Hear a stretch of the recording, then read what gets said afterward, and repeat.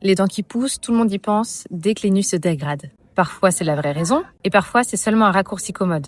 Parce que la réalité, c'est souvent bien plus nuancé que ce qu'on dit. Moi, c'est Oriane, j'accompagne les parents autour du sommeil de leur bébé. Une poussée dentaire génère une inflammation de la gencive. Et cette inflammation, elle génère une douleur réelle, diffuse, sourde, et qui varie en intensité suivant les bébés et la localisation. Les molaires, par exemple, qui sont plus larges, sont généralement plus douloureuses que les incisives.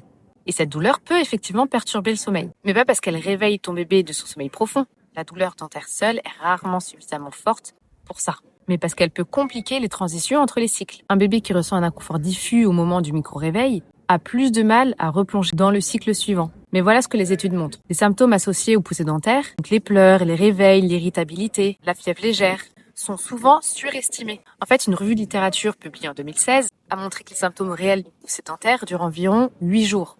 4 jours avant l'apparition de la dent et 4 jours après, et pas des semaines. Donc ce qui veut dire que si tes nuits elles sont perturbées depuis plus de 3 semaines, les dents ne sont probablement pas la seule explication, ou en tout cas pas l'explication principale. En fait, les poussées dentaires, elles coïncident souvent avec des périodes de développement importantes, comme l'angoisse de séparation, des acquisitions motrices, des régressions du sommeil. Et ces facteurs peuvent perturber le sommeil de façon bien plus durable que la douleur dentaire en elle-même. Donc si tu suspectes une poussée dentaire, observe la durée des perturbations. Si les nuits se dégradent sur une courte fenêtre sur quelques jours, et que ton bébé présente d'autres signes comme des gencives gonflées, une salivation excessive ou une irritation concentrée dans la journée, la dent effectivement est probablement en cause. Mais si les perturbations elles durent depuis des semaines, cherche d'autres facteurs en parallèle. Parce que les conditions d'endormissement, le rythme de la journée, une étape de développement, tous ces éléments méritent d'être regardés. Et si ton bébé semble vraiment inconfortable pendant la nuit, consulte ton pédiatre pour évaluer si un éventuel antalgique adapté à son âge serait approprié. Ça, ce n'est pas une décision à prendre seule sur la base d'une vidéo Instagram. Donc si les nuits de ton bébé sont perturbées depuis plusieurs semaines et que tu ne sais plus où chercher, écris sommeil en commentaire. On regarde ensemble ce qui se passe et comment un accompagnement peut changer les choses durablement.